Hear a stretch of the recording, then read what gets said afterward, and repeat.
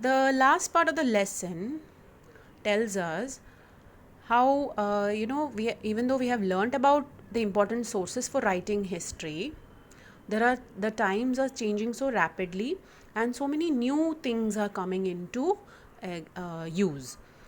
Like the example shared over here is the transformation from landline telephone to cell phones. That has been a major change over the past 15 to 20 years. Earlier, even a landline was a major useful gadget in every household or office, but now it is completely replaced by smartphones. Correct? So, before all these, even during this transformation, that is the change, okay, there was a small gadget called as the pager that was used for contacting people. Now, how this pager used to work is, if you need to contact someone and that person does not have a smartphone or it does not have a cell phone, so how do you get in touch with the person? So if that person has a pager, there will be an alphanumeric, that is, there will be some letters and some numbers like a code, and that code will be sent to that pager using phones or using a pager. So that time, once that code reaches the person would get information along with the code, which number to contact. Then that person can go to the nearest landline or public phone and then get in touch with the person who has sent the code. So this is how a pager used to work. But then, it died very quickly. The usage of this pager died very quickly because the onset of the mobile phone came into use. The huge amount of information available on the internet is used for studying history nowadays.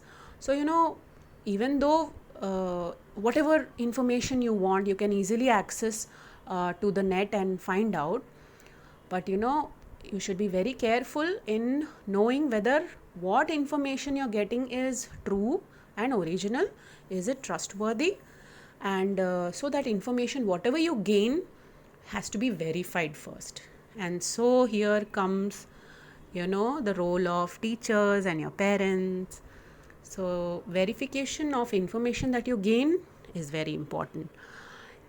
So make sure that when you are using this so-called easy access to internet, whatever information you get, make sure it is authentic, that is original, and it is true. So it has become comparatively easy to study history, they say. These sources are from the contemporary period. I told you yesterday, contemporary means from the same age, from the same era.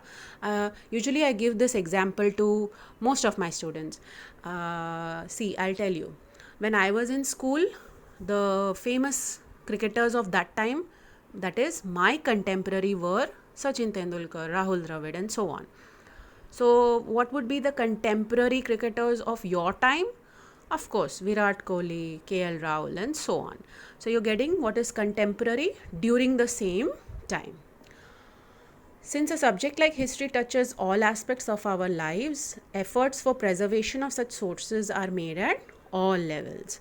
So important things we learn from history.